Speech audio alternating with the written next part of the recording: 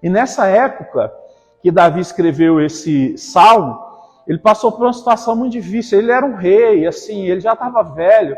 E quando Absalão expulsou ele do reinado, Davi teve que ir embora a pé, sabe? Numa situação assim humilhante. E tinha um homem chamado Simei que começou a jogar pedra em Davi. Davi passando, ele jogando pedra e amaldiçoando Davi.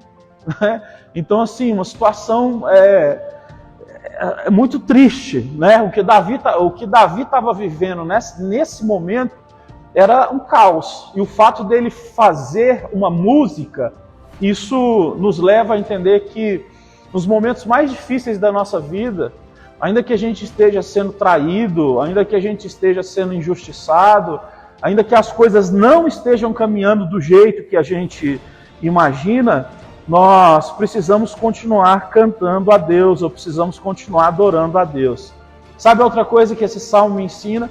O texto diz que Davi fez essa letra e passou para um homem chamado Gedutum.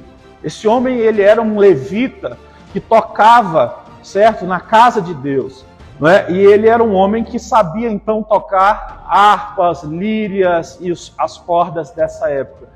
Então, aqui uma música foi feita. E eu aproveito isso aqui para dizer uma coisa para os irmãos. Olha, hoje em dia, às vezes a gente não sabe muito bem o que cantar a Deus. Né? Deixa eu te dizer uma coisa.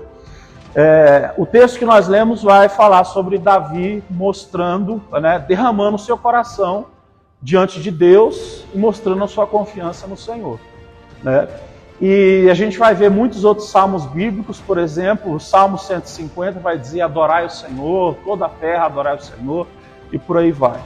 Então, bom, como uma igreja deveria cantar a Deus? Uma igreja deveria dividir os seus louvores entre louvores em que a gente vai só exaltar a Deus e louvores em que a gente vai derramar nossa alma na presença de Deus. Agora, hoje em dia, existe uma balança que está meio desajustada. Como parece que é tudo sobre o ser humano, a maioria das músicas é só a gente querendo derramar nossa alma diante de Deus, no sentido de que, Deus, eu preciso do Senhor. Aí a gente canta muito eu.